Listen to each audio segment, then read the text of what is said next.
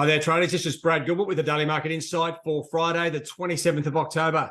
All right, the strong dollar still in play. And if anything, it looks like the Fed will be raising rates and a whole range of things because like yesterday's US GDP numbers, like crazy, right? They're so strong. Just have a look here, durable goods, and really the GDP growth, 4.9 was the outcome, 4.3 was the expectations.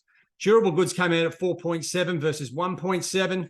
Like these numbers are from, you would think from an economy that's got low interest rates and really humming along, right? So I'm very surprised that we didn't see a bigger move across the board on the charts because those numbers are as good as you're going to get, right? But what we saw is a move to the top side and then a stall, right? It looks like, once again, remember I was sort of saying, like, I think it was this Monday, last Monday or the Monday before, where if the whole market's long US dollars, it can't go anywhere else except down.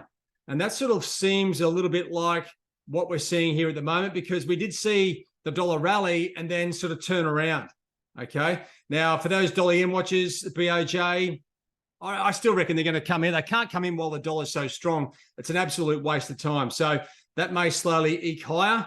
You're sort of waiting for that critical moment of dollar weakness, and then the BOJ can strike and sort of really put a dampener on those long dollar yen positions.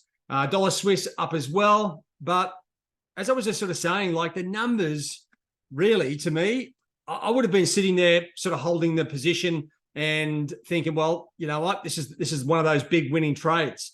But we didn't get it, right? And so what you got to do is, and this is because you've got to keep a close eye on what's happening with the bond markets at the moment because they are dominating sort of momentum, okay? So these yields are slightly lower than where they were yesterday, but right now we're seeing the bond yields almost trading like equity markets, up one session, down the next. Now, the prices here, the bond yields are falling, so the bond prices are slowly ticking a little bit higher, but we're not seeing that across the board on the dollar on the charts. Once again, I think the market's saturated with long dollar positions, and to me, it's a recipe for like a long squeeze, right? Where the dollar just drifts lower for no other reason except everyone's long. Right now, we've got a bit of a risk-on profile, okay, with the US equity markets. Is that filtering through unanimously across the instruments? Not really, right? Sterling, Aussie, Kiwi up. You get the dollar index, dollar Swiss down, NOKI and the Stocky down, but it's not uniform, so I wouldn't really be jumping up and down like with that. But once we get into the European session, that's when you really want to check exactly what's going on with this risk-on, risk-off profile. See if the US dollar or the currency markets are behaving naturally with that risk-on or risk-off sentiment with the US equity futures, right? And then cross-check that with what's happening on the bonds, and you should have your answer, right? If these three things are discombobulating, okay, let me just get those up. So 1, the bond market, 2, the equity markets, and 3, the US dollar. If there's no natural, like clear direction between these, and the markets do discombobulate, right, where they will disconnect from the connection with the bonds or the equities or currencies, right? So if they're out of whack, stay out. But if they're on and the yields are rallying and the US dollar's going up, right, well, you can be sure as shit the equity markets will be coming off, right? So otherwise, if it's not, then just get out of the opportunity or manage your positions accordingly. Right, so this brings us into today's trading. Okay, and I can just get off my mouse. Just looking at the key data here, coming down into Friday's trading, it's pretty clear, right, where the focus is. Right, once again, we've got another big number here, the PCE Price Index, a big inflation number that the central bank or Fed look at, and you got personal spending there as well. This is the go-to, right? So just keep an eye on the PCE Price Index. Of course, the Michigan consumer sentiment numbers afterwards, they're the final numbers, usually pretty close to the mark as opposed to the earlier advanced numbers.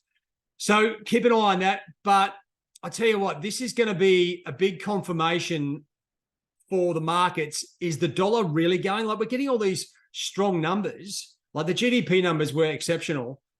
Do the personal income and spending in the PCE Price Index reflect that, right? That's where we'll get confirmation. If we do see like really strong numbers, like better than what's forecast, you got to think the yields will go up and the US dollar rallies, equities come off, right? It's pretty much as simple as that in my eyes, just at the moment, like the way it works. Of course, when the market's kicking the gear, we may get weaker numbers here, yields fall, equities rally.